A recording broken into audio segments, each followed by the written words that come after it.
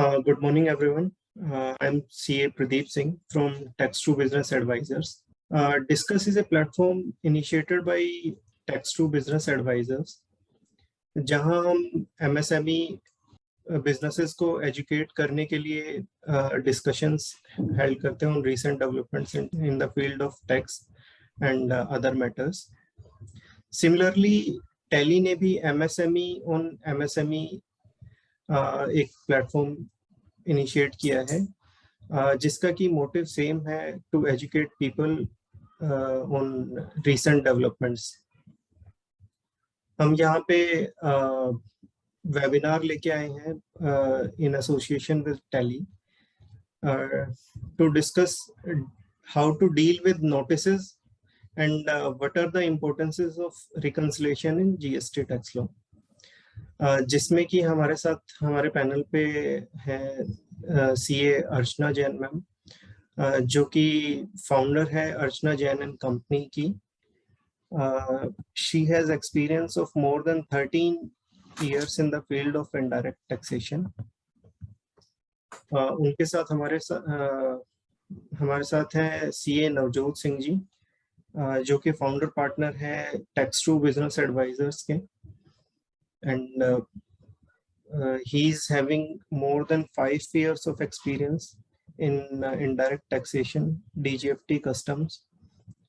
और हमारे साथ ही में है हमारे पैनल पे मिस्टर रोहित चावला, जो कि की पार्टनर मैनेजर है टैली में, जिनका कि 10 साल से ज़्यादा का एक्सपीरियंस है large corporate houses and government departments के साथ। So let's start.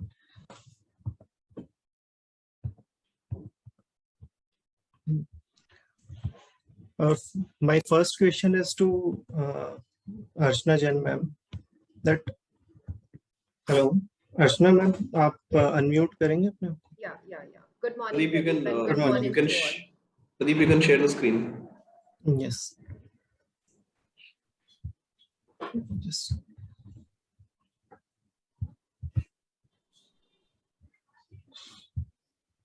Yes, ma'am. So, my first question to you कि ऐसे कौन से मेजर एरियाज हैं जिनमें एक बिजनेसमैन रिसेंटली SCN एक्सपेक्ट कर सकते हैं? ऐसे कौन से हॉट टॉपिक्स हैं जिसमें हम SCN एक्सपेक्ट कर सकते हैं? Nice question, Pradeep. And before I start, I would like to thank Tally and Discuss for organizing such a wonderful platform and a forum where we can discuss the hot burning issues under GST.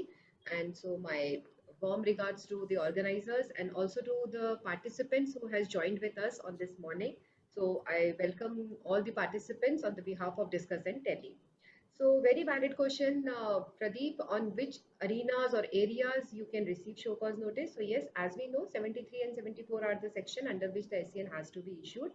And the major cases where a show cause can be issued, let it be your audit finding, your refund related issues, cancellation of your GST registration, then your 129, 130. So these are the areas, inspection, search, where investigation is going on. So these are the areas where you can be expecting to have some kind of show cause notices if any of your assessment proceedings has been initiated or investigation and inquiry has been initiated against the assessee. Okay. Navjot जी, आप कुछ add on करना चाहेंगे इसमें?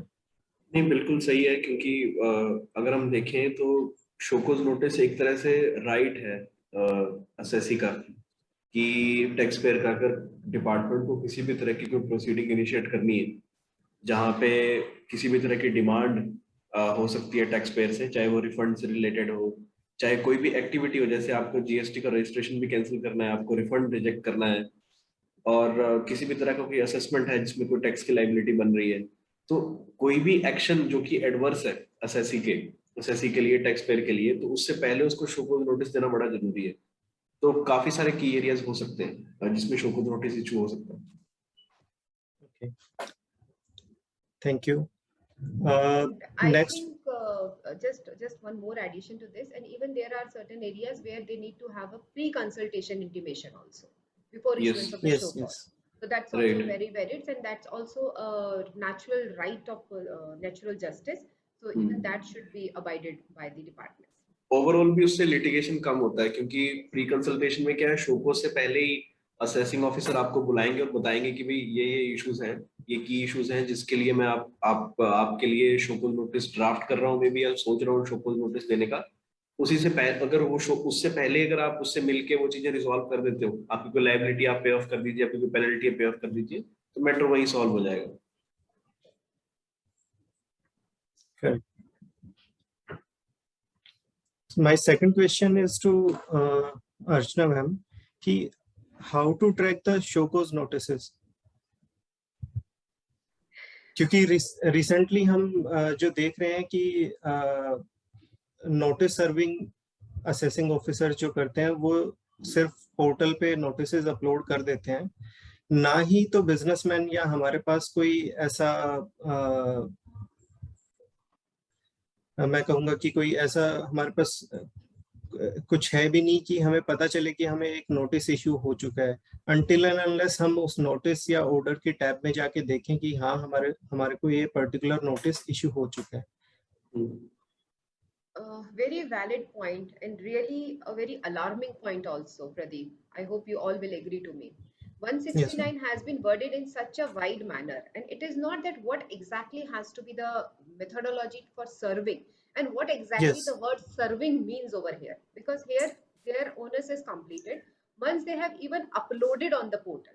I don't have any mechanism to keep a track of it. I may be working every day on the portal, but still I'm not able to track down the notice because there is no pop-up, there is no intimation on the portal that yes, something is there, any communication is there. So neither on push mode nor on pull mode, I have to dig down. At times in the notices tab, at times in the view orders and other notices tab, or in case it is a specific, let's say with respect to refund, then I have to go and again drill down in the same tab. So as per my understanding, this is not the correct methodology or the correct intention, because serving means there has to be a two-way communication, and any communication ends when both the parties, they have agreed at one mutual point that what you want to communicate and what other person is understanding.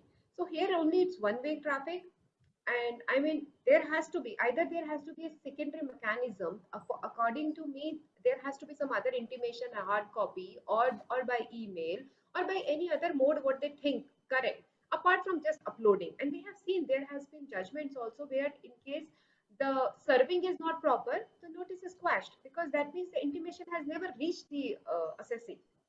So yes, this is a very critical issue, and that has to be taken care of.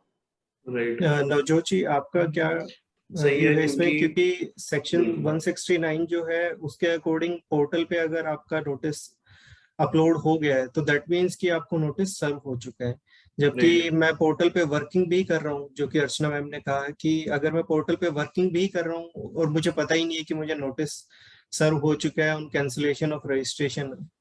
क्योंकि देखो प्रदीप, क्या है, दो तीन चीजें हैं कि एक तो ये है कि हम उस चीज को, वो एक प्रॉब्लम है, हमें भी पता है कि काफी सारे मेथड्स हैं जिससे नोटिस सर्व हो सकता है, कि आपको वो नोटिस कुरियर से भी आ सकता है, या आप खुद चले गए डिपार्टमेंट, आपको डिलीवरी कर दी उन्होंने, आपके हाथ में दे दिया नोटिस, या आपकी जो प्रीमाइस है उस पे भी वो अफिक्स कर सकते हैं नोटिस, वो अपने डिपार्टमेंट में अगर जहां नोटिस बोर्ड है वहां पे भी लगा देंगे तो वो भी सर्विंग है।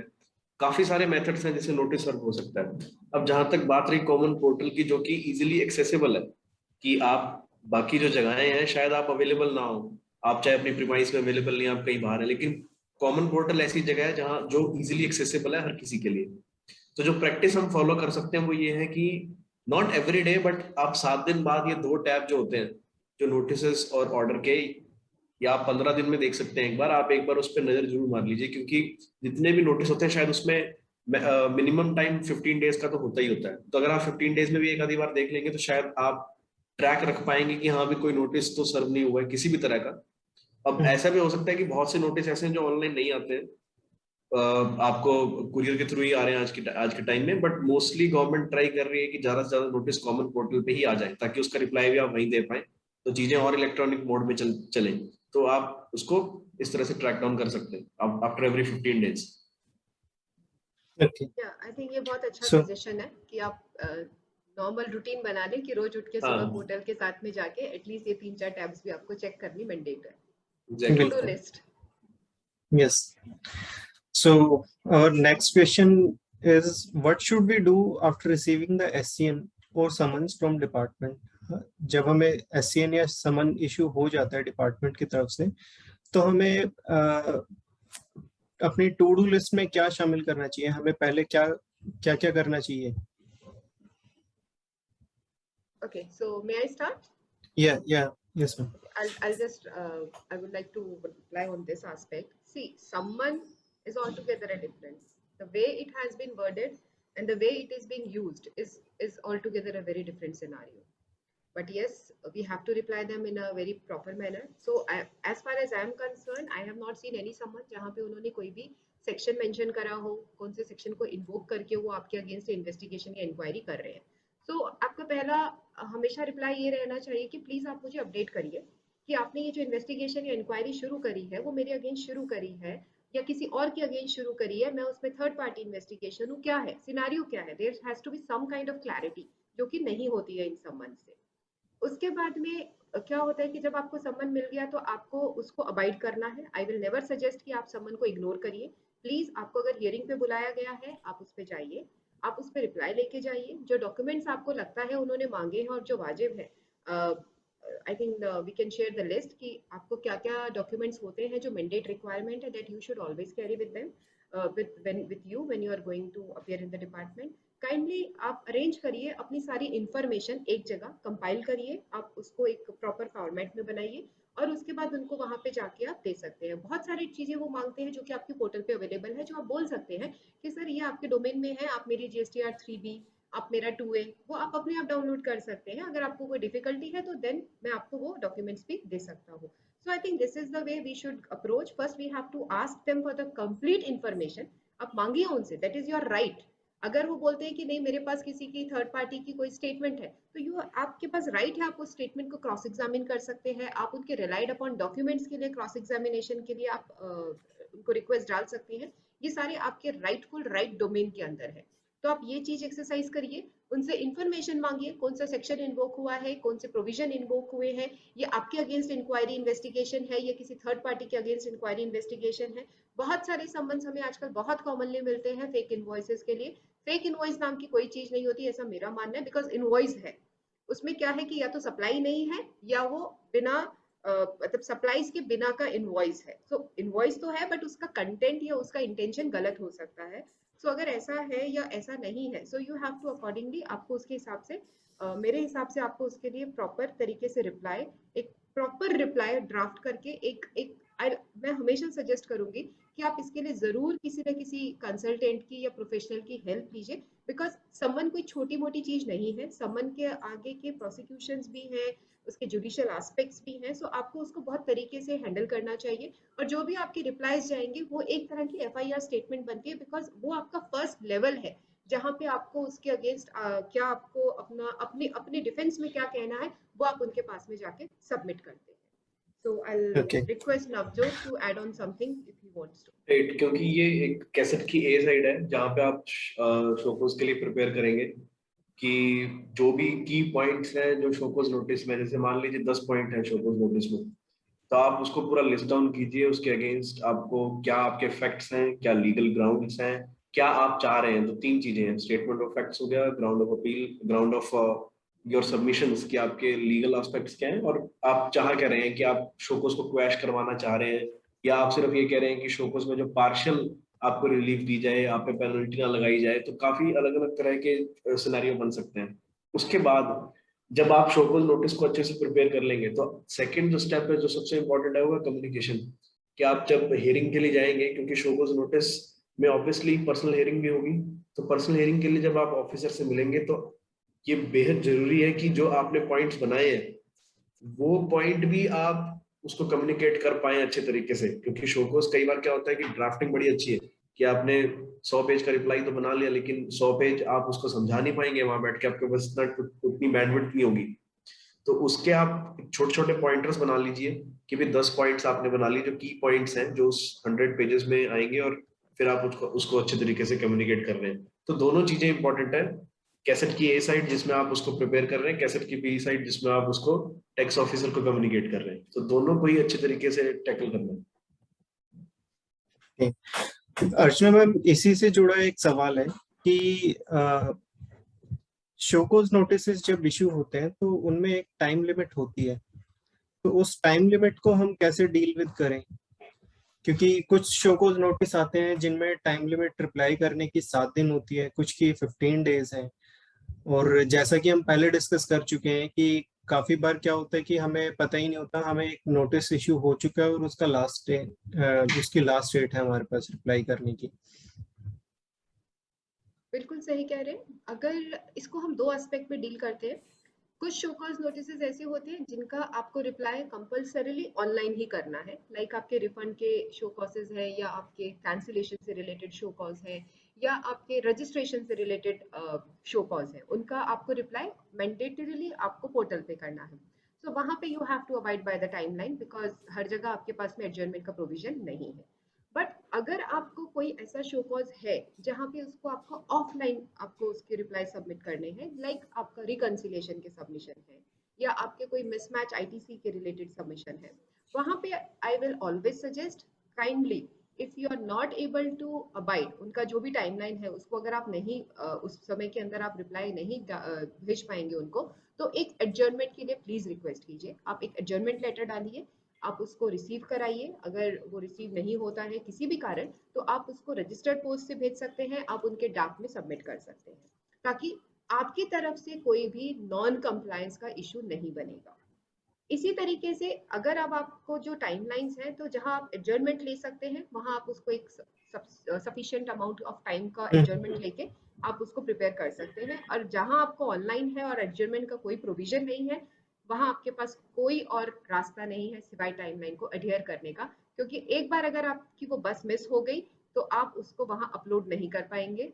ऑफिसर के पास भी पावर नहीं है कि वो उस टैब को वापस रीओपन करके आपको टाइम एक्सटेंड वहां दे सके। तो बिल्कुल। वहां जो पे दिस इज हाँ, जो भी इम्पोर्टेंट। पोर्टल से जुड़ी हुई चीजें हैं वहां पे क्या है कि अगर आपके लिए वो बाउंड है तो उसमें ऑफिसर भी बाउंड है। जैसे अब रिवोकेशन का एग्जांपल लेते हैं, तो गवर्नमेंट ने टैब ओपन किया था रिवोकेशन का कि भी पिछले रजिस्ट्रेशन जो कैंसिल हो चुके हैं वो हम रिवोक कर सकते हैं 30 सितंबर तक।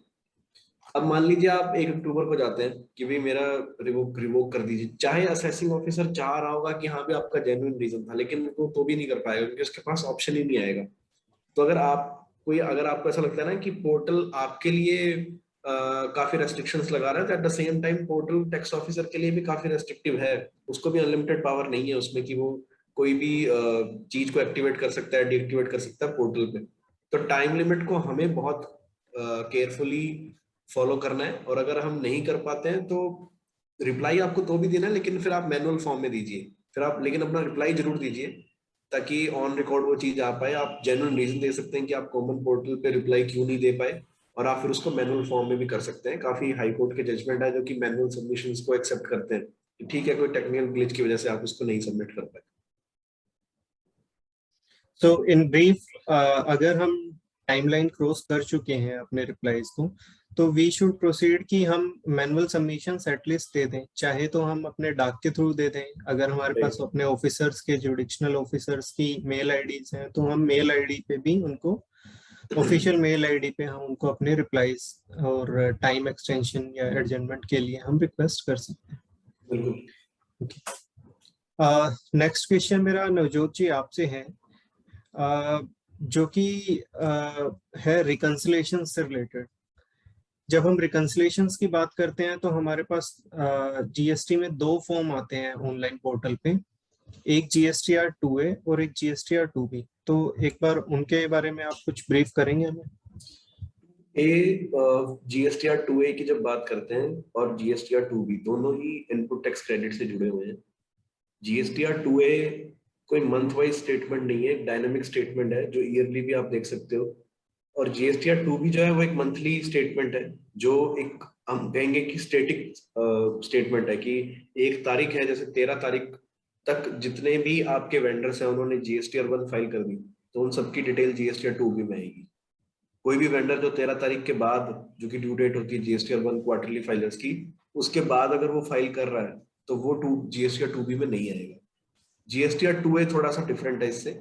GSTR 2A डायनेमिक है, वो चेंज होता रहेगा हमेशा। आपका कोई वेंडर है, अगर उसने कोई पिछले साल का इनवॉइस था वो अपलोड नहीं किया, वो अब कर रहा है, वो उसी मंथ में शो करेगा, पिछले मंथ में। वो ऐसा नहीं है कि वो आज के मंथ में शो करेगा। तो 2A जो GSTR 2A है उसमें वो इनवॉइसेस आएंगे इनपुट टैक्स क्रेडिट से जुड़े हुए, जो कि बार बार चेंज हो रहे हैं, तो बड़ा मुश्किल है ट्रैक करना उसको। और GSTR 2B जो है वो एक मंथली स्टेटमेंट है, जैसे आपके वेंडर्स ने रिटर्न फाइल की और वो सेम जो डिटेल है वो GSTR 2B में आ गई।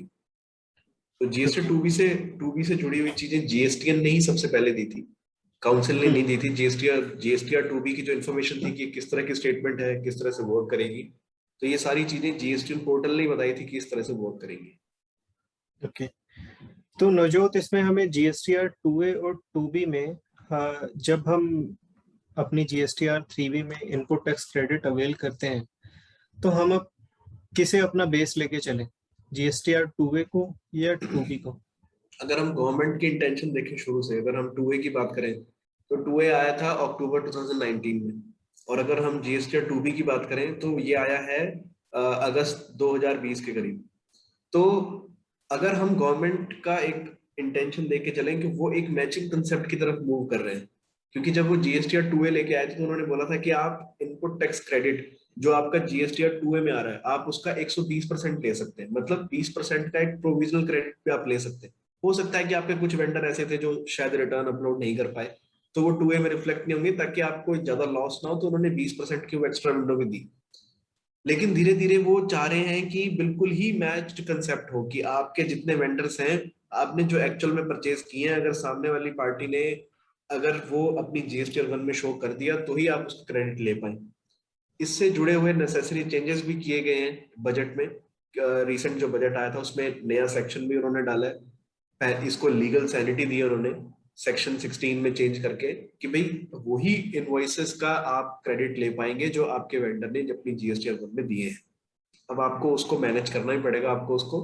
तो जो मेरा व्यू है इसमें वो ये है कि आपको GSTR 2 भी फॉलो करना चाहिए, लेकिन पिछले पीरियड जब GSTR 2B कंसेप्ट नहीं था, अब अगर हम 17-18 की बात करें, 18-19 की बात करें, तो उस पीरियड में आपको रिकंसिलेशंस बनानी चाहिए कि आपके पास एक्चुअल में इनवॉइस कितने हैं, उसमें से कितने 2A में रिफ्लेक्ट कर रहे हैं। जब से 2B आया तो आपको एक पीरियड ऐसा होगा जब कुछ भी नहीं था, एक पीरियड ऐसा होगा जहां पे 2A है, एक पीरियड ऐसा होगा जहां पे 2A और 2B दोनों है। तो आपको अकॉर्डिंगली रिकंसिलेशंस बनानी है। आपके पास वैलिड इनवॉइस हो सकता है, आपकी वो परचेज जेन्युइन हो सकती है, लेकिन अगर हम लॉ के हिसाब से जाएंगे तो शायद वो क्रेडिट को अनएलिजिबल, ऑफिसर कह देगा कि अनएलिजिबल है क्योंकि आपके किसी भी फॉर्म में नहीं आ।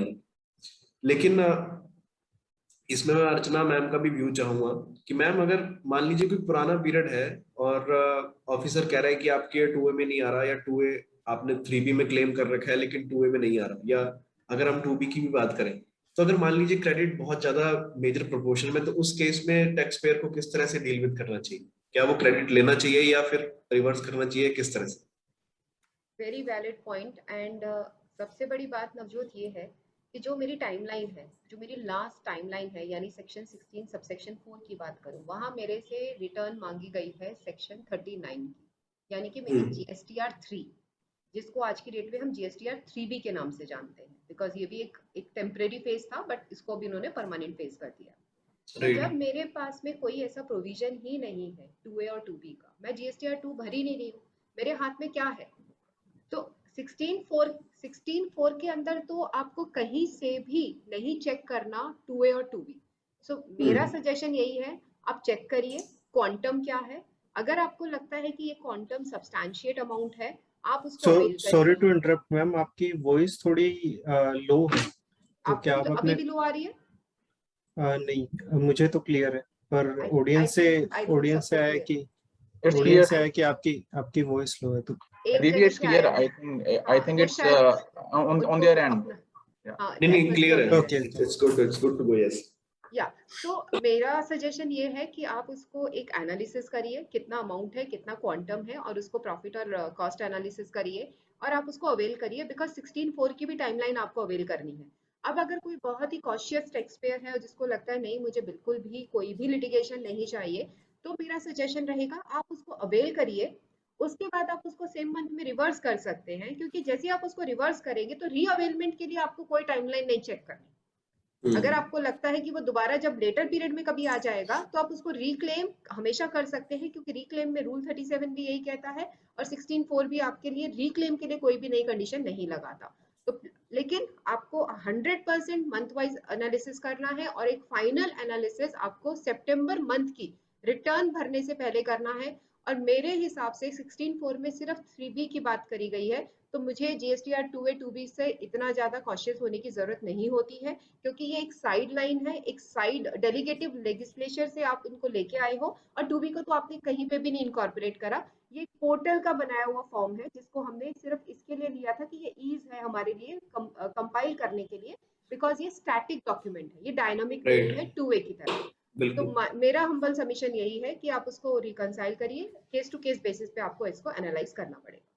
ओके, तो नेक्स्ट क्वेश्चन भी हमारा इसी से रिलेटेड है अर्चना मैम, जो कि आपके लिए है कि अवेलमेंट ऑफ ITC, क्या मैं GSTR 2A या 2B में जो मेरा अपीयर हो रहा है उससे ज्यादा मैं क्लेम कर लूं, क्योंकि आप कह रहे हैं कि मैं केस टू केस बेसिस पे चलूं, क्योंकि जब मैं 2B से डेविएट होके अपना इनपुट टैक्स क्रेडिट ज्यादा क्लेम करूंगा तो मुझे ऑटोमेटिक नोटिस रिसीव हो जाएंगे।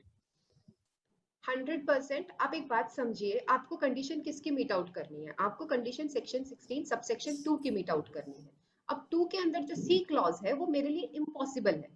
क्या मुझे पोर्टल ने कोई ऐसा मैकेनिज्म दिया है कि मैं चेक कर सकूं कि उसने जो अपना रिटर्न भरा है उसमें जो क्रेडिट यूज करा है वो उसका लेजिटिमेट या एलिजिबल क्रेडिट था या नहीं था? उसने GSTR 3B भरी है, मैं इससे ज्यादा कुछ नहीं चेक कर सकती। तो उसने अगर उस मेरा GSTR 3B में वो इनवॉइस शो किया भी है या नहीं वो मुझे पता ही नहीं चलेगा। मुझे नहीं पता मेरे पास क्या डेटा आता है पोर्टल से, मेरे पास क्या डेटा आता है या मुझे गवर्नमेंट ने क्या मैकेनिज्म दिया है, उसके बियॉन्ड तो मैं कहीं पे रन नहीं कर सकती। आज आप एक छोटे वेंडर पे मत देखिए, फोकस मत करिए, आपके बहुत सारे बिजनेस हाउसेज हैं, लार्ज बिजनेस हाउसेज हैं, PSUs हैं, तो आपको सबके हिसाब से लॉ बनाना है, आप किसी छोटे व्यापारी के हिसाब से लॉ नहीं बना सकते हैं। तो मेरे हिसाब से अगर आपका लेजिटिमेट क्रेडिट है, आपके पास में 16(2) की कंडीशन मीट आउट होती है, उसने GSTR 1 3B भर रखा है, कोई बार नहीं है आपको क्रेडिट लेने से, क्योंकि अगर 16(4) की कंडीशन को आप लैप्स कर जाओगे तो आपके लिए वो हमेशा के लिए एक लॉस है।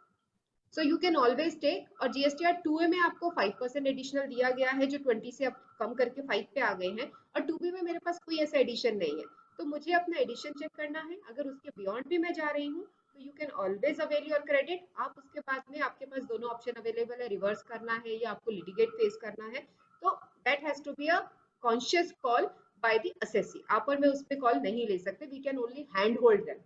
हम तो उनको रास्ता बता सकते हैं, हम उनको हेल्प कर सकते हैं, बट हाँ ये उनको कॉल लेना होगा कि उनको क्या करना है। बट मेरे हिसाब से कई बार नहीं है आपके ITC को अवेल करने में। नवजोत, आपका क्या व्यू है इसमें? नहीं, बिल्कुल बिल्कुल सही है, क्योंकि अगर हम रिसेंट एक जजमेंट देखें छत्तीसगढ़ हाई कोर्ट का, जहाँ पे डिमांड की गई थी टैक्स की रेसिपिएंट से कि भाई आपके क्योंकि 2A में रिफ्लेक्ट नहीं हो रहा है ये क्रेडिट, तो आप पे कीजिए। अगर हम सेक्शन देखें 43A, तो जॉइंटली लायबल होते हैं टैक्स के लिए रेसिपिएंट और सप्लायर।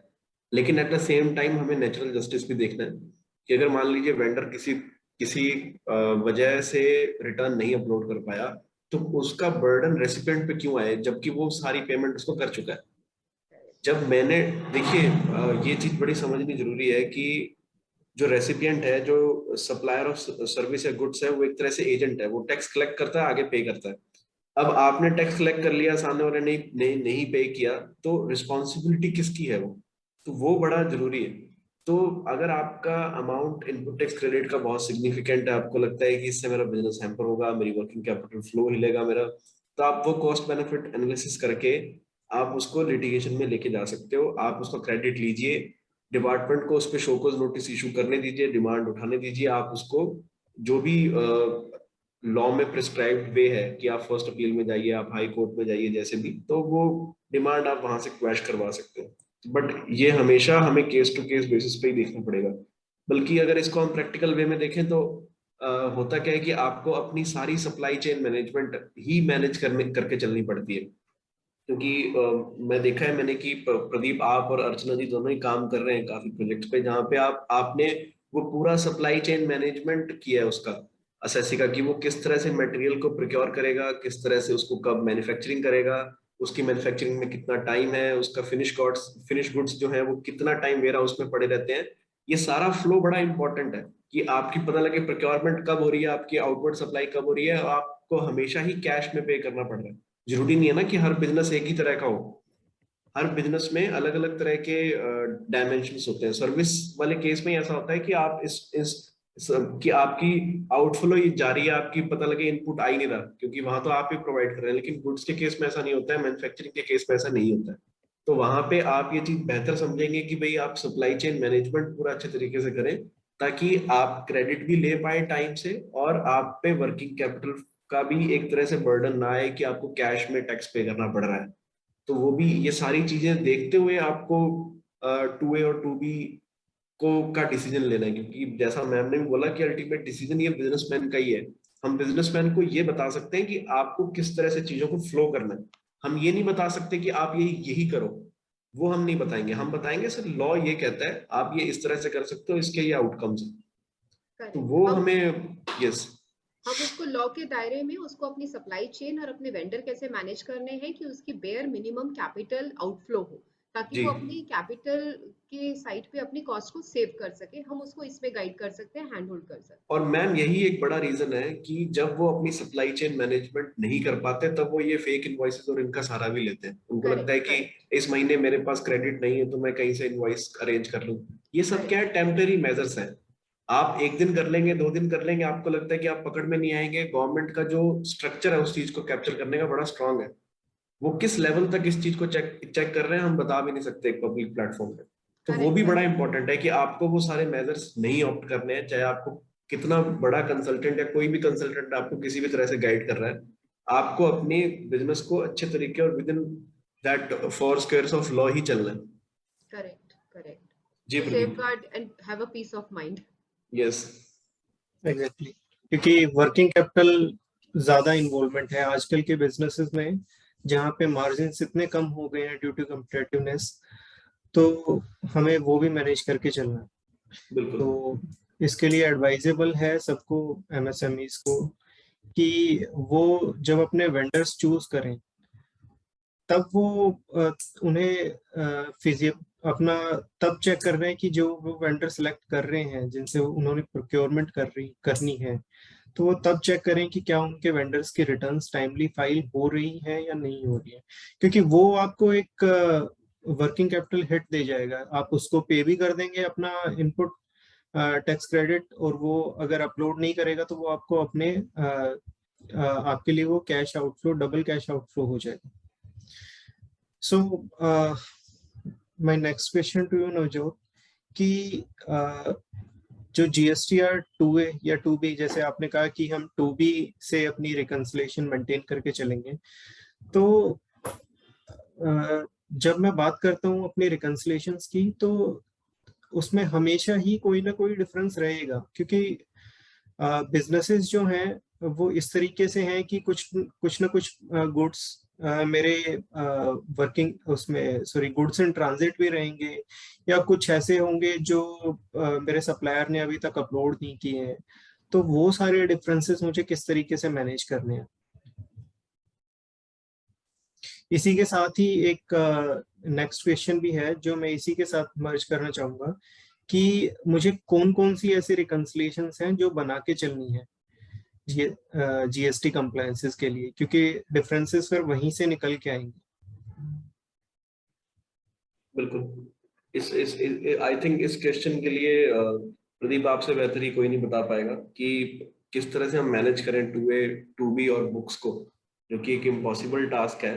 लेकिन since you both are working in this era, तो I think you will be better to answer this. So जैसे कि आपने इनिशियली कहा था कि हमारे पास जब दो फॉर्म है GSTR 2A और 2B, तो हम दोनों को फॉलो नहीं कर सकते हैं। जब हम अपनी GST रिटर्न्स फाइल कर रहे हैं उस टाइम पे हमें रिकंसिलेशन प्रिपेयर करनी है। तो देयर वुड बी, अगर मैं ब्रॉडर बात करूं कि हम कौन कौन सी रिकंसिलेशन हमें बनानी है, तो दो रिकंसिलेशन ही होंगी GST में। एक तो आपकी आउटवर्ड सप्लाई की रिकंसिलेशन, जिसमें आप रिकंसाइल करेंगे कि आपने कौन कौन सी सप्लाईज अपनी GSTR 1 में शो की है, कौन कौन सी क्रेडिट नोट्स या डेबिट नोट्स आपने उन आउटवर्ड सप्लाई से रिलेटेड इशू किए हैं। उसको आपने रिकंसाइल करना है आपकी बुक्स ऑफ अकाउंट से और आपकी GSTR 3B से, कि आप GSTR 3B में वो आउटवर्ड सप्लाईज दिखा रहे हैं या नहीं दिखा रहे हैं, आप क्रेडिट नोट डेबिट नोट कोई आपका वहां पे मिस हो रहा है या नहीं हो रहा है। तो आपकी फर्स्ट रिकंसिलेशन होनी चाहिए कि आपका जो आउटवर्ड सप्लाई और आउटवर्ड टैक्स है वो क्या आपकी बुक्स ऑफ अकाउंट और आपकी जो दूसरी रिटर्न है GSTR 3B जिससे आप टैक्स पे कर रहे हैं उससे वो मैच हो रही है या नहीं। अगर उनमें कोई डिफरेंस है तो आपको वो एक्सेल शीट्स में ही मेंटेन करके चलना पड़ेगा। इनवॉइस वाइज डिफरेंसेस आपको निकाल के चलने पड़ेंगे, और उनको अगर आपकी तरफ से कोई एरर रह गया, there are some clerical mistakes कि आपसे कोई इनवॉइस GSTR 1 में शो करना रह गया है या उसका टैक्स पे करना आपसे 3B में रह गया है, तो वो आप नेक्स्ट कोरस्पॉन्डिंग जो भी GSTR 1 या 3B होगा उसमें आप अमेंडमेंट्स करके वो डील विद कर सकते हैं, उनकी आप करेक्शंस कर सकते हैं। सिमिलरली जब हम रिकंसिलेशंस की बात करते हैं कि हमारी रिकंसिलेशन इनवर्ड सप्लाईज की कौन कौन सी रिकंसिलेशन होनी चाहिए, तो मैं कहूँगा कि आप GSTR 2A या 2B कोई भी बेस लेके चलते हैं, वो आपकी कॉल होगी, बिजनेसमैन की कॉल होगी कि उनका क्रेडिट कितना है जिसपे उन्हें कॉल लेनी है। अगर तो क्रेडिट ऐसा है कि आपका वर्किंग कैपिटल आउटफ्लो इतना हैम्पर नहीं होता है तो आप 2B से भी अपना रिकंसाइल करके चल सकते हैं, और आपका क्रेडिट इन्वॉल्व ज्यादा होता है तो आप 2A से रिकंसाइल करके चल सकते हैं। तो रिकंसिलेशंस आप इस टाइप से करेंगे कि जो जितनी भी आपकी सप्लाईज हैं, इनवर्ड सप्लाईज हैं, वो आपकी बुक्स ऑफ अकाउंट में तो आ ही रही हैं। उसको आप कंपेयर करिए अपने 2B से या 2A से, जो भी आप बेस लेके चलें, तो वहां से आपको बेसिकली 2-3 चीजें ही पता चलेंगी। कुछ ऐसे इनवॉइसेस होंगे जो आपके 2B में भी आ रहे होंगे और आपके बुक्स ऑफ अकाउंट में भी आ रहे होंगे, तो उस ITC पे तो कोई सवाल खड़ा ही नहीं होता, वो आप स्ट्रेट वे आप उसको क्लेम कर सकते हैं। नंबर 2 सिनेरियो बनता है कि आपने बुक्स ऑफ अकाउंट में तो इनवॉइसेस शो कर रखे हैं, आपने अपने बुक्स ऑफ अकाउंट में उस ITC को एलिजिबल ITC मानते हुए वो अपने क्रेडिट लेजर्स में भी डाल रखे हैं, लेकिन 2B या 2A में वो रिफ्लेक्ट नहीं हो रहे हैं।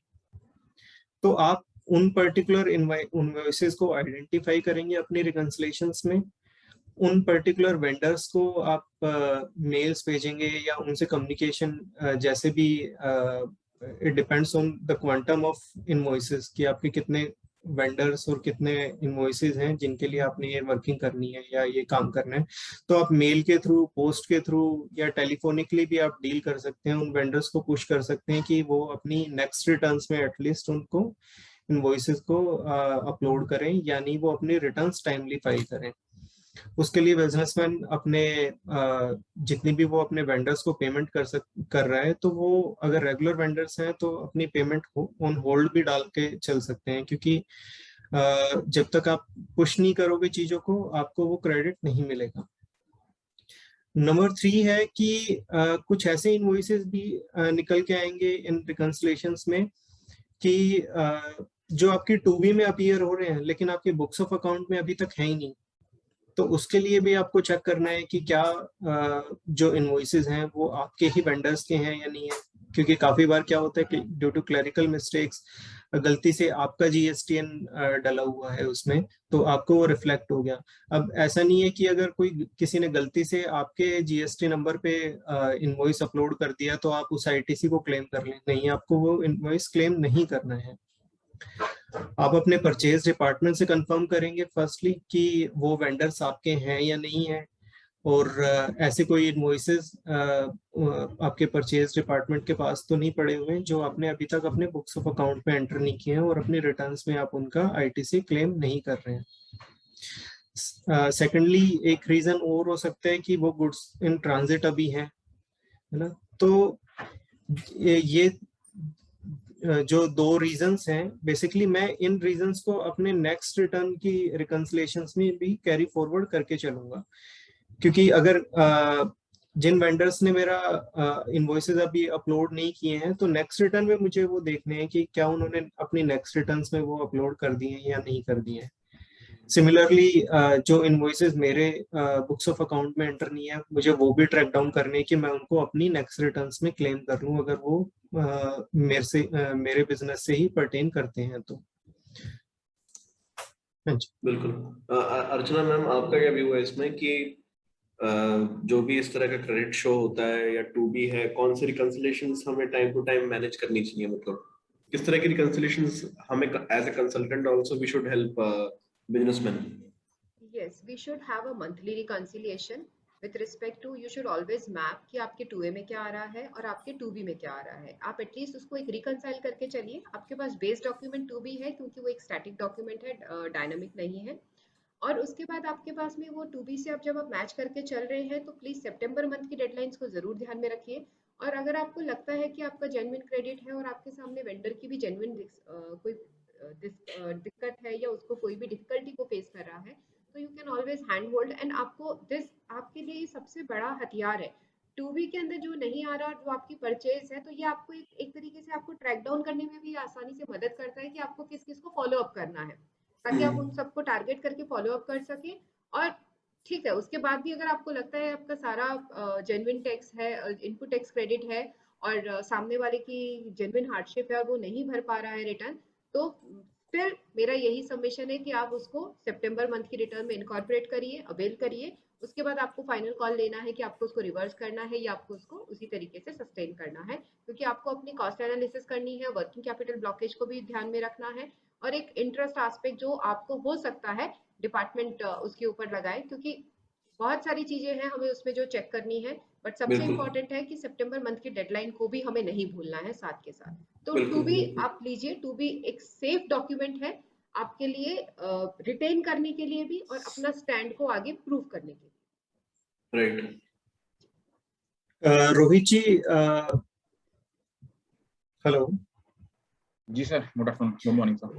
Good morning Rohit ji. रोहित जी, हम जब डिस्कस कर रहे हैं कि हम अपनी रिकंसिलेशंस जो है वो GSTR 1 और 3B की भी रिकंसिलेशंस हमने करनी है, हमने इनपुट टैक्स क्रेडिट्स की भी रिकंसिलेशंस करनी है। तो मेरा आपसे क्वेश्चन ये है कि टैली में हम ट्रांजैक्शन मैनेजमेंट और कंप्लायंसेस को कैसे इंश्योर कर सकते हैं? टैली अपने बिजनेसेस की कैसे हेल्प कर सकता है इन ट्रांजैक्शंस को मैनेज करने में? First of all, sir, I just want to thanks everyone for giving such a beautiful and insight regarding the reconciliation. क्योंकि सबसे जरूरी अगर मैं बात करूँ आज की डेट में GSTR के अंदर, वो reconciliation ही पार्ट रोल जो पार्ट है वो प्ले करता है। तो आपने क्वेश्चन पूछा मेरे से ना कि कैसे हम इजिली लेवल से हम लोग ट्रांजैक्शन को कंप्लायंस को मैनेज कर सकते हैं। I will answer this in basically in 2 points. इसको मैं आंसर 2 पॉइंट में करूंगा मैं। First of all, let me share my screen.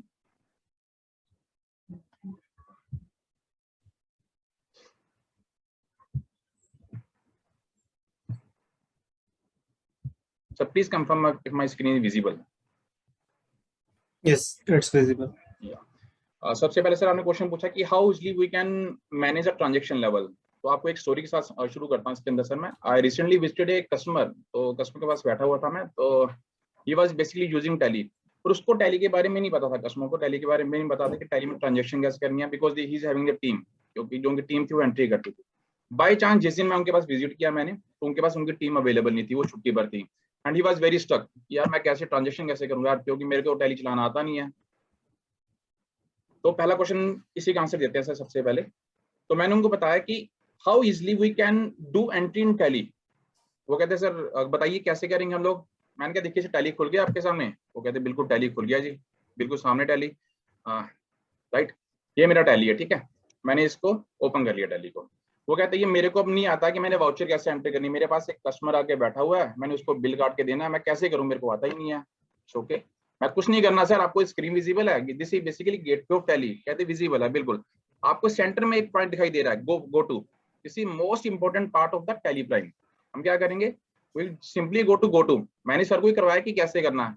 हाँ जी, मैं चला गया गो टू के ऊपर। अभी आपको सबसे ऊपर क्या दिखाई दे रहा है कि क्रिएट वाउचर, ये क्रिएट वाउचर दिखाई दे रहा है। मैं कीजिए आप ही क्रिएट वाउचर कैसे करना है इसको। उन्होंने यहाँ पे एंटर किया, अब मेरे को स्क्रीन विजिबल हो गई भाई क्रिएट वाउचर वाली। मेरे को यहाँ पे पेमेंट दिखाई दे रहा है, तो मेरे को काटना तो बिल है किसी पार्टी का। मैं देखिए राइट साइड पे आपको विजिबल क्या क्या दिखाई दे रहा है, कहते हैं मेरे को सेल है, परचेज है, सब कुछ दिखाई दे रहा है। अरे बहुत ईजी है ये तो करना। तो मैंने कहा आप यहाँ पे सेल पे क्लिक कीजिए। उन्होंने सेल पे क्लिक किया, सारी की सारी जो पार्टी थी उनके सामने जो उनके डेटर थे उनको वहाँ पे विजिबल हो गए। अरे यार दैट इज वेरी इजी। वो कहते हैं यार बड़ा इजी काम हो गया ये वाला। मैं चलो अगला काम भी करते हैं हम लोग। आपने जैसे फॉर एग्जांपल इस पार्टी को बिल काटना है, सेलेक्ट किया उसको। नेक्स्ट काम क्या करना है, ये आपकी पार्टी है, इसकी बेसिक डिटेल आपके सामने विजिबल है, ठीक है सब कुछ। या तो आप एंटर कर लीजिए या कंट्रोल ए कर लीजिए, आप नेक्स्ट विंडो पे पहुंच जाएंगे। ठीक है जी, अभी आप क्या काट रहे हैं, सेल का बिल काट रहे हैं। आपको यहाँ पे दिखाई दे रहा है दिस इज सेल लेजर, तो आपको किस में लेके जाना है, आपको सेल्स में ही लेके जाना है। सेलेक्ट कर लिया। अभी अगला काम क्या है, आपने उसको आइटम सेल करनी है। कौन सी आइटम सेल करनी है सर, आइटम तो सेल करनी है पर यहाँ पे कुछ आ नहीं रहा, क्या करें। मैं बस सिंपल एक स्पेस बार क्लिक कीजिए, स्पेस बार क्लिक किया, सारी आइटम्स आ गई वहाँ पे। आपको किसी आइटम का नेम याद है, ये आपको यहाँ पे विजिबल है क्योंकि आइटम थी वहाँ पे बहुत ज्यादा, 3000 आइटम थी वहाँ पे। कहते सर एक काम कीजिए, मैं नाम ही लिख देता हूँ, मैं लिखिए जी। कहते मैंने ये लिख दिया कोका कोला। अरे सर बहुत इजी, ये तो आ गया, सेलेक्ट हो गया, एंटर किया इसको। कितनी क्वांटिटी आपने सेल करनी है, 100 क्वांटिटी सेल करनी है। रेट आपका ये भी आ गया कि लास्ट डेट इसको कितने का बिल हुआ, ये भी सिलेक्ट हो गया, राइट। अब नेक्स्ट काम क्या है कि मेरे को जो पार्टी को है टैक्स भी लगता है इसके ऊपर। टैक्स आपने कैसे स्टार्ट करना है, नेक्स्ट स्क्रीन के ऊपर गए, आपने सीजीएसटी जो भी आपने स्टार्ट करना है, आउटपुट सीजीएसटी सेलेक्ट किया आपने इसको।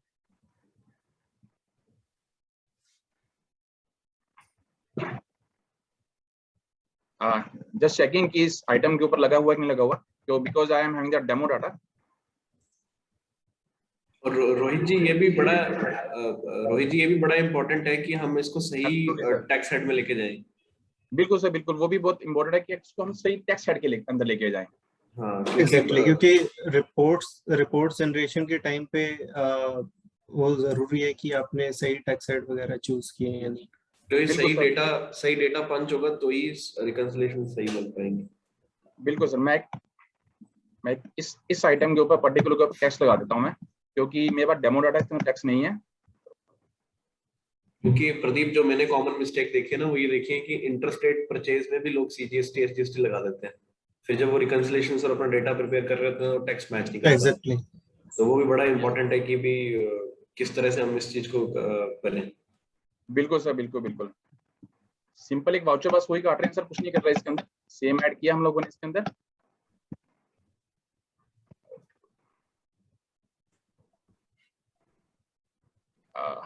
I think I need to switch the company.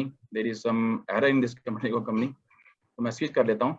Simple उसी तरह जाते हैं सर, सेम तरीके से करते हैं। गो टू में जा रहा हूँ मैं। आपके एरर से भी सीख रहे हैं हम। Right sir, thank you sir. मैंने एक कंपनी स्टार्ट कर ली सर वापस, ठीक है सर। सेम तरीके से उसी तरीके से चलते हैं। गो टू में we just create the voucher, party select की मैंने, ठीक है। पार्टी सेलेक्ट करने के बाद नेक्स्ट काम सेल एज स्टार्ट किया। उसके बाद एक आइटम स्टार्ट कर ली मैंने, यहाँ पे बॉल पॉइंट पेन कर लिया, क्वांटिटी 100 है, इसका रेट 100 है, सिंपल स्टार्ट किया। और नीचे जो टेक्स्ट क्लास बनी हुई थी उसने ऑटोमेटिक टेक्स्ट उठा लिया यहाँ से। तो आगे से जो मेरे को मिला कि यार ये तो इतना इजी था, मैं सोचता था कि मेरा अगर अकाउंटेंट नहीं आया तो मैं काम नहीं कर पाऊंगा ना, वाउचर नहीं कर पाऊंगा। कई बार क्या होता है मजबूरी बन जाती है टीम को ना। रोहित जी, हमारे पास ऐसा टैली में कोई फीचर है कि मैं वाउचर एंट्री के टाइम पे जी सर, जब मैंने कोई गुड्स सेलेक्ट की तो मैं उसका HSN भी चेक कर पाऊँ, उसके टैक्स रेट? बिल्कुल सर बिल्कुल। हमने पीछे एक इनपुट भी दिया था इसके रिगार्डिंग। हमने इनपुट दिया इसके रिगार्डिंग कि कई बार मेरे को वेंडर के रिगार्डिंग या फिर HSN के रिगार्डिंग मेरे को पता नहीं है, मेरी बेसिक लेवल पे ही एंट्री गलत हो जाती है। तो we need to sure on the first level. तो आप वाउचर क्रिएशन के टाइम पे भी, लेजर क्रिएशन के टाइम पे भी इसको चेक कर सकते हैं। कैसे चेक कर सकते हैं मैं बता देता हूँ सर। जैसे ये पार्टी है यहाँ पे सर, इसकी पार्टी के अंदर ड्रिल डाउन करता है सर। इस पार्टी की डिटेल के अंदर मैं अभी एंटर कर गया। तो यहाँ पे इस विंडो के ऊपर आपको राइट साइड पे एक ऑप्शन दिखाई दे रही है सर। सबसे पहली ऑप्शन है, आपको मैं पार्टी के बारे में बता रहा हूँ सर, उसका जीएसटी नंबर करेक्ट है या नहीं है, उसका ईवे बिल ब्लॉक है या नहीं है, या उसका जो जीएसटी ब्लॉक है या नहीं है, ठीक है। इसी पार्टी को मैंने यहाँ पे राइट साइड पे आपको फॉन्ट दिखाई दे रहा है, ऑल्टेल गेट जीएसटी इन्फो। तो इसी पे क्लिक करूंगा मैं, यस करूंगा, तो आपको विद इन इमीडिएट फैक्ट और रियल टाइम बेसिस के ऊपर आपको पता लग जाएगा कि इस पर्टिकुलर पार्टी का स्टेटस क्या है। आप यहाँ पे देख सकते हैं इसका स्टेटस एक्टिव है और ईवे बिल स्टेटस इसका ब्लॉक दिखा रहा है, means there is some issue in this particular party. तो उसी अकॉर्डिंग टू दैट आप अपना डिसीजन ले सकते हैं यहाँ पे। बिल्कुल। नेक्स्ट हमने पॉइंट पूछा सर HSN का, कि अगर मैं कोई आइटम क्रिएट कर रहा हूँ तो अभी होता क्या, जैसे मैं GSTR 3B file GSTR 1 file करने गया तो चैलेंज क्या आता है हमें, या तो कई बार पार्टी का GST नंबर गलत हो जाता है, कई बार हम जो HSN ऐड कर रखे हम लोगों ने उसके अंदर कुछ एरर होता क्या, क्लैरिकल मिस्टेक होती है, 1 2 3 4 था, मैंने 1 3 4 डाल दिया और वो गलत हो गया। तो उसी को एंट्री लेवल पे या फिर जब मैं कोई आइटम नई लेके आया हूँ सिस्टम के अंदर, उसको क्रिएट कर रहा हूँ, उसी टाइम पे कैसे चेक करना है वो भी सर डिस्कस कर लेते हैं इसी विंडो के ऊपर। जैसे मेरा बॉल पॉइंट पेन बना हुआ है, मैं इसी को दोबारा क्रॉस चेक करना चाहता हूँ, ये जो मेरा बॉल पॉइंट पेन है ये गलत है, इसकी जो HSN है वो करेक्ट है या नहीं है। I will just drill down to this ball point pen, right. तो यहाँ पे आपको यहाँ पे दिखाई दे रहा है सेट ऑर्डर GST ट्रेडेड। मैं इसके अंदर जाऊंगा, जैसे इसके अंदर मैंने एंटर किया, राइट साइड पे आपको टैब दिखाई दे रही है get HSN SAC info. Mean to say मेरे को इसकी HSN की रियल टाइम बेसिस पे इसकी इंफॉर्मेशन फैच करनी है पोर्टल से कि ये मेरा HSN करेक्ट है या नहीं है। I will just click on this particular tab. मेरे से पूछ रहा है कि do you want to get the HSN info, कहाँ से इंफॉर्मेशन आ रही है, मेरे को पोर्टल से इंफॉर्मेशन आ रही है, यस किया मैंने, और मेरे को with in immediate real time basis के ऊपर मेरे सामने विजिबल है किस पर्टिकुलर बॉल पॉइंट पेन का जो है डिटेल क्या है। सबसे पहला काम इसका HSN करेक्ट है। सेकेंडली इसका जो डिस्क्रिप्शन है that is also in the ball point pen. इसको अगर आप एक्सपेंड करना चाहते हैं, you can click on this part and you can view detail part. Okay. तो एट ट्रांजैक्शन लेवल जो मेरा सबसे पहला लेवल है, जब मैं किसी को मतलब बता रहा हूँ कि मैं एंट्री कर रहा हूँ, उसी लेवल पे हम लोग डबल श्योर हो गए कि हाँ जी हमारी जो ट्रांजैक्शन है, मेरी पार्टी का GST नंबर करेक्ट है, अगर उसका कुछ स्टेटस ब्लॉक तो नहीं है, प्लस जो मेरी आइटम ऐड हो रही है उसको भी मैंने चेक कर लिया, क्योंकि आइटम तो हम लोगों ने वन टाइम चेक करनी है, अगर वो HSN करेक्ट है तो then that will remain the same, वो चेंज नहीं होगा। ठीक है, GST का स्टेटस जरूर ऊपर नीचे हो सकता है due to some transaction level हो सकता है वो, अदरवाइज जो आइटम है वो सेम रहेंगी। तो यहाँ पे मैं डबल श्योर हो गया कि मेरी जो आइटम है वो भी करेक्ट है मेरी। ठीक है सर। अभी नेक्स्ट जो मेरी मीटिंग पड़ी उनको मैंने बताया कि इसको बस आपने आके इसको सेव कर लेना है, राइट। अभी मैंने 19 अक्टूबर का बिल जो काटा है इसको मैंने बस एंटर करके इसको मैंने कर लिया सेव। अब आपने कहा कि कंप्लायंस की कैसे कंप्लायंस हैंडल होता है, मैंने कुछ नहीं किया सर, एक सिंपल सी आइटम थी, एक मेरा बिल था पार्टी को, मैंने इस पार्टी को बिल काट दिया। अब अल्टीमेटली मेरे को करना क्या, मंथ के एंड के ऊपर मेरे को GST 1 फाइल करनी है। और कैसे फाइल करनी है, टैली के अंदर मैं जाता हूँ, GST रिपोर्ट के अंदर GST 1 पे मैंने एंटर किया और मैं ओपन करता हूँ पीरियड अक्टूबर का। मैंने एक एंट्री की हुई थी जो आपको यहाँ पे विजिबल है, यहाँ पे ड्रिल डाउन करेंगे, ये मेरी आज की एंट्री है जो आपको यहाँ पे विजिबल है, ये रशिया को मैंने बिल की थी। मतलब एक मैं एंट्री कर रहा हूँ, ऑटोमेटिक वो सारी की सारी कहाँ पे जा रही है, मेरी कंप्लायंस रिपोर्ट्स में जा रही है, जो मेरे को ultimately at the end of month चाहिए। ठीक है, right from the transaction up to the compliance we have covered that part कि हम इसको कैसे मैनेज कर सकते हैं। ओके। तो रोहित जी, आप जैसे रिपोर्ट्स दिखा रहे हैं कि जो मैं GSTR 1 के टाइम पे या GSTR 3B के टाइम पे मैं चेक करूं, तो आप एक बार गाइड कर सकते हैं कि टैली में हम किस तरीके से GST रिपोर्ट्स को फैच कर सकते हैं, कौन कौन सी रिपोर्ट्स हैं जो हम फैच कर सकते हैं, और उनकी करेक्टनेस हम कैसे चेक कर सकते हैं? क्योंकि जैसे हम बात कर रहे थे कि अगर हमने इनिशियली एंट्री लेवल पे कहीं IGST लगना था, CGST SCST लगा दिया है, तो हम डेटा वैलिडेशन किस टाइप से कर सकते हैं रिपोर्ट्स की? राइट सर, बिल्कुल सर, वैलिड क्वेश्चन है सर आपका। तो हम उसको कैसे वैलिडेट कर सकते हैं सर? पहला स्टेप क्या है सर, अगर मैं GST 1 की बात करता हूँ, मैं इफ आई एम लेमैन, अगर मैं टैली यूज कर रहा हूँ तो मेरे को पता कैसे जाना है। अगर मेरे को नहीं पता, I will simply click on the go to 1 type करूंगा, ये GST 1 आ गई मेरे पास। ठीक है, I am just entering and I reach to the GST 1, मैं GST 1 में पहुंच चुका हूँ मैं। अब आपका सर सेकंड क्वेश्चन था कि हम इसको कैसे वैलिडेट करेंगे कि जो मेरा डाटा करेक्ट है या नहीं है। अगर हम लोगों ने कुछ टैक्स गलत लगाया, मैनुअल टैक्स लगा दिया, then it will come under this tab particular uncertain transaction. तो आपको अगर कुछ भी गलत होगा तो आपको बता देगा कि आप पे ये ट्रांजैक्शन है, ये आपकी गलत है, आप इसको करेक्ट कीजिए, इसके अंदर करेक्शन की रिक्वायरमेंट है। That is the first part, ताकि हम डबल श्योर हो गए अगर हमने कोई एंट्री लेवल पे गलती की है तो उसको पता लग जाएगा वहां पे। पर कई बार होता है। जी सर, इस टैब में कौन कौन से एरर? सर इसके अंदर यू कैन से सर, इसके अंदर अपना अगर हमने टैक्सेशन कुछ गलत कर दिया हुआ है, कुछ अगर आपके GST नंबर गलत है, वो सारे के सारे एरर इस अनसर्टेन के अंदर आ जाएंगे आपके सर, अगर आपने फर्स्ट स्टेप के ऊपर हमने चेक नहीं किया इसको। राइट सर जी। उस सेकंड सबसे इम्पोर्टेंट पार्ट क्या होता है, मेरे पास अभी होता क्या, कुछ एक होती हैं जो रिटर्न्स होती हैं, उसके अंदर कुछ एक वाउचर चले जाते हैं जो उस पर्टिकुलर ट्रांजेक्शन के साथ लिंक होते हैं, वो तो इस रिटर्न में आ जाएंगे। फॉर एग्जांपल मैंने एक ऐसी एंट्री कर दी जिसके अंदर मेरा जीएसटी मैंने लगाना ही भूल गया, ठीक है, जीएसटी लगाना भूल गया, या जीएसटी एप्लीकेबल मैंने एक आइटम क्रिएट कर दी जिसके ऊपर लिख दिया कि जीएसटी एप्लीकेबल नहीं है, वो इसके अंदर दिखाएगा नहीं। Still I just want to check कि मेरे मंथली सेल कितनी है और मेरी जीएसटी रिपोर्ट के अंदर क्या दिखा रहा है। I just want to cross check कि मेरा जो डाटा जो मेरी बुक्स ऑफ अकाउंट है वो मैच कर रहा है कि नहीं कर रहा, और जो मेरी जीएसटी रिपोर्ट में जो डाटा है वो दोनों आपस में मैच कर रहे हैं कि नहीं कर रहे, तो हम उसको भी मैच कर सकते हैं। नॉर्मली जो मेरे को मार्केट से जब मैं मीटिंग करता हूँ या किसी से आके मिलता हूँ तो मेरे को क्या फीडबैक मिलता है वो आपको बताता हूँ मैं। नॉर्मली क्या करते हैं, I am shifting my tally, I am shifting my company also, tally मेरे को कंपनी शिफ्ट करनी पड़ेगी, सेलेक्ट कंपनी, मैं कंपनी के अंदर आ गया, राइट। तो अभी मैं जीएसटी रिपोर्ट के ऊपर बैठा हुआ था सर, इस रिपोर्ट के अंदर था, राइट। अब मेरे को क्या करना है, मेरे को अपनी बुक्स के साथ चेक करना है। उसका चेक करने का तरीका क्या है, मेरे को अगर टैक्स चेक करना है कि मेरा जो जीएसटीआर 1 में टैक्स दिखा रहा है और मेरी बुक्स ऑफ अकाउंट में टैक्स दिखा रहा है दोनों सेम है या नहीं है, कैसे कर सकते हैं हम लोग। I will simply click on the go to, मैं यहाँ से जाऊंगा बैलेंस शीट के अंदर, राइट। तो राइट साइड पे आपको दिखाई दे रहा है करंट लायबिलिटीज, मैंने यहाँ पे एक एंटर किया तो यहाँ पे ड्यूटी एंड टैक्सेस पार्ट आपको दिखा रहा है, यहाँ पे मैं एंटर करूंगा, उसको कर लूंगा मंथ वाइज। इधर आप F6 क्लिक कर लीजिए यहाँ पे, या फिर आप यहाँ पे सिंपली माउस के साथ क्लिक कर सकते हैं। तो यह मंथ वाइज मेरे को यहाँ पे विजिबल हो गया, ठीक है, मंथ वाइज मेरे को दिखाई दे रहा है कि ये अपना ऐसा है। अब क्या है सर, मैं वापस जाऊंगा, एस्केप करूंगा, मैंने चेक किया, हाँ जी मेरा सितंबर मंथ का दोनों का मैच करता है, उसमें भी 36,000 दिखा रहा है, इसमें भी 36,000 है। और मेरे को रिटर्न भरनी है अभी अगस्त की भी मेरे को चेक करनी है, राइट।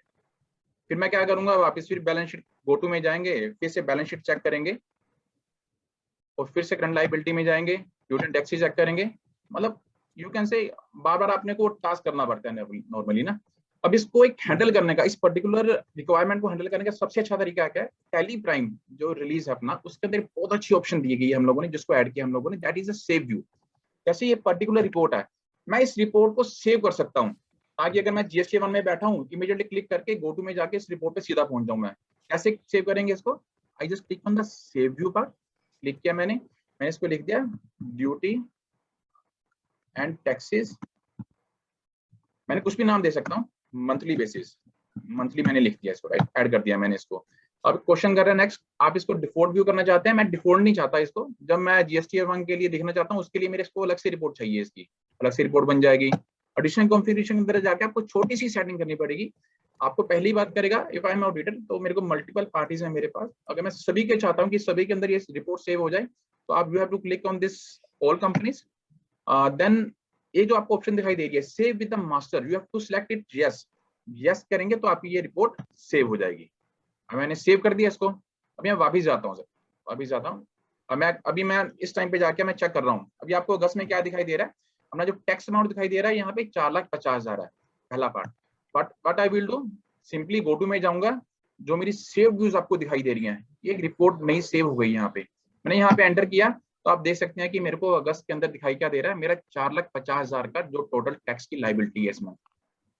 तो this is the simplest way जिसके साथ आप जाके इसको चेक कर सकते हैं कि आपकी जो रिटर्न में क्या दिखा रहा है और आपकी बुक्स में क्या दिखा रहा है।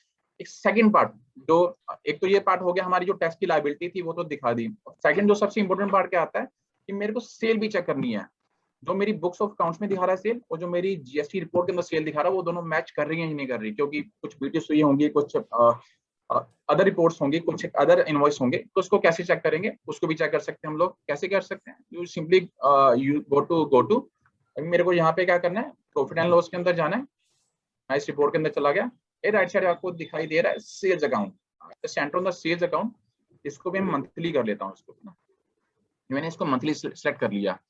अब अगर मैं एस्केप करूंगा ये रिपोर्ट फिर से चली जाएगी, तो सबसे पहला काम क्या करूंगा, अगर मैं रेगुलरली इस रिपोर्ट को व्यू करता हूं, आई will do save view monthly cell, इसको रिपोर्ट का नेम दे देता हूं मैं, इसको मैंने एडिशनल कॉम्बिनेशन के अंदर जाके क्या करना है, मेरे को वापस save with the master selected to open the report, yes करूंगा, तो इसको मैंने सेव कर लिया रिपोर्ट को।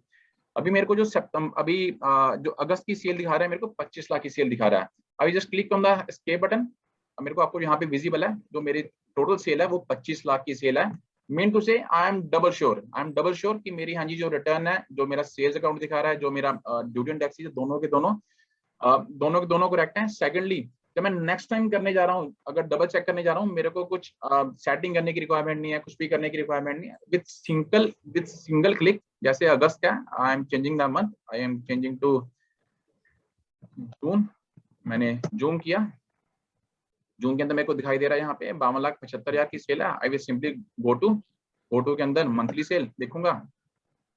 अब इसके अंदर डिफरेंस है, आई विल ड्रिल डाउन, देखूंगा कि मेरा डिफरेंस कहाँ पे है। यू कैन फाइंड आउट कि आपका डिफरेंस कहाँ पे है, आपको उससे पता लग जाएगा डिफरेंस कहाँ पे है। सो अभी डिफरेंस क्यों आया आपको यहाँ पे जो ऊपर दिखाई दे रहा है, देखो जो मैं स्टार्टिंग में डिस्कस कर रहा था कि there are uncertain transaction which are need to be corrected. इसमें क्लिक करके देखेंगे आपके क्या क्या डिफरेंस है इसके अंदर। इसकी जो नेचर ऑफ ट्रांजैक्शन वो आपने ऐड नहीं किया, या रेट ऑफ टैक्स इसका मॉडिफाइड है, इनकरेक्ट टैक्स रखा है। तो this is the way you can correct the things and reconcile with your books of accounts. जी सर। हाँ जी, thank you Rohit ji. Tally Prime upgrade के साथ मैं देख पा रहा हूँ कि काफी सारी फीचर्स ऐसी हैं जो कंप्लायंस फ्रेंडली हैं, जैसे कि सेव रिपोर्ट वाली फीचर बहुत अच्छी है, जिससे कि हम मेक श्योर कर सकते हैं कि हमारे जितने भी क्लरिकल एरर्स हैं वो बिफोर फाइलिंग ऑफ रिटर्न्स हम उनमें अपनी करेक्शंस कर पाएं। Pradeep ji, if you allow me minute, मैं थोड़ा सा फीचर दिखाना चाहता हूँ जो बेसिकली जो अपने ऑडिटर रहते हैं, जो अकाउंट्स का मेजरली काम करते हैं, उनके लिए बहुत बेनिफिशियल है। क्योंकि होता क्या है, normally we are dealing in multiple companies ना, मल्टीपल कंपनीज हमारे पास रहती हैं। तो data I am having the data, मेरे पास 50 कंपनी का डाटा है, बट सम टाइम अगर मेरे को कंपनी शिफ्ट करनी है, मूव करना मेरे लिए थोड़ा सा डिफिकल्ट रहता है। तो टैली प्राइम के अंदर सबसे अच्छा पार्ट क्या है इसके अंदर से, टैली प्राइम के अंदर आप अभी GST1 देख रहे हैं, आप यहाँ पे गणेश जी ट्रेडर की कंपनी GST1 खुली हुई है सर, ठीक है सर, आपको विजिबल है यहाँ पे। आप इसी विंडो से चाहते हैं कि मैं दूसरी कंपनी के अंदर मूव कर जाऊं, आप इसी विंडो से मूव कर सकते हैं। You need not to move anywhere. क्या करना है आपने, simply need to click on the company, जो भी आपकी कंपनी है आप सेलेक्ट कर सकते हैं यहीं से। You need not to go anywhere, आपको कहीं जाने की रिक्वायरमेंट नहीं है। मैंने सेलेक्ट की तो मेरा स्टारलाइट कंपनी का यहाँ पे विजिबल आप देख सकते हैं, ये कंपनी नेम दिखा रहा है, ये इसका GST नंबर दिखा रहा है। Mean if you are dealing multiple companies, आपको ये नहीं है कि आपको डाटा कहाँ पे रखना है, आपको इन बिटवीन मूव करना है किसी कंपनी के अंदर। आप जैसे मूव करना चाहते हैं with in the report, with in the day book report, with in any report आप मूव कर सकते हैं। So this is the basic feature of tally prime जो हमने ट्राई किए हैं ताकि ये यूजर फ्रेंडली रहे और सभी को हेल्पफुल हो, सभी अपने जो कस्टमर्स हैं, अपने ऑडिटर हैं, सभी के लिए हेल्पफुल हो। तो this is about today's topic. Now over to you Pradeep ji. Thank you Rohit ji, इतने अच्छे प्रेजेंटेशन के लिए टैली प्राइम के। रोहित जी, कुछ क्वेश्चंस हैं जो कि मैं रिक्वेस्ट करूंगा कि आप एक बार अपनी टेक्निकल टीम से देख के आप रिप्लाई करवा दीजिए। जितने भी GST रिलेटेड क्वेश्चंस होंगे वो हम आंसर कर देंगे। Right sir. इसमें एक क्वेश्चन मैं देख पा रहा हूँ कि जो कि है HSN से रिलेटेड, जहाँ पे हमने HSN वैलिडेशन चेक किया था, तो उसी से रिलेटेड क्वेश्चन है कि क्या हम वहाँ पे रेट का भी वैलिडेशन कर सकते हैं क्या, कि उस पर्टिकुलर HSN पे क्या एप्लीकेबल रेट होगा उस टाइम पे? नहीं सर, वो हम चेक नहीं कर सकते। We can just check the HSN detail कि HSN जो नंबर हम ऐड कर रहे हैं वो करेक्ट है या नहीं है। कई बार होता है कि सेम HSN के अंदर क्या रहता है सर, मल्टीपल रेट्स जाते हैं, तो we can't check over here. Okay. Rajesh Maheshwari ji पूछ रहे हैं, what about GST reconciliation in Tally? Sir अभी जो हमारे पास GSTR reconciliation, I think question is regarding to, अभी जो हमारे पास जो बेसिक लेवल की रिकंसिलिएशन जरूर है इसके अंदर, जिसके अंदर आप मंथ टू मंथ आप इसको रिकंसाइल कर सकते हैं। But in coming quarter we are in coming release we are giving you the more advance version of reconciliation. और राजेश जी को मैं कहना चाहूंगा कि जो रिकंसिलिएशंस हैं वो हमें बुक्स ऑफ अकाउंट से अलग ही मेंटेन करके चलनी पड़ेंगी, हमारे अकाउंटिंग सॉफ्टवेयर में इनकॉर्पोरेट नहीं होंगी। Okay Rohit ji, thank you so much. Thank you Archana ma'am, thank you Navjot ji. Thank you, Pradeep, for being such a good moderator and host. And Thank thank you. you Thank once you, again, Tally and Discuss, for giving us this opportunity so that we are here. Okay. And I would request to all participants कि हमारे आने वाले webinar के लिए भी अगर उनके लिए वो कोई टॉपिक सजेस्ट करना चाहते हैं तो they can suggest in the comment section. Okay, thank you everyone. Thank you. Thanks, sir. Thanks everyone for joining the session. Thank you. Thank you, Thank Rohit you. sir. Thank you, everyone. Navjot. Have a Thank you, good ma'am. day. Good day. Hello. जी sir. Rohit ji, काफी सारे questions है कि ये recording session इसका कैसे मिलेगा. तो हमने ये सेशन रिकॉर्ड किया है क्या? जी सर रिकॉर्ड किया है. ये आपका लिंक इसके साथ आपके साथ भी शेयर कर देंगे सर हम लोग उसको सर, और हमारे YouTube चैनल पे भी आ जाएगा सर. ओके. और कुछ टेक्निकल क्वेरीज भी हैं चैट बॉक्स में कि 32 बिट में Prime is not working and all. जी सर. तो वो आप प्लीज एक बार टेक्निकल टीम से. नहीं, डेफिनेटली सर. एक्चुअली जो हमारा जो इसका आर्किटेक्ट है वो that is link with the 64 bit. तो 64 बिट में ही अल्टीमेटली मूव करना पड़ेगा इसके लिए. Okay Rohit ji, thank you so much. Okay.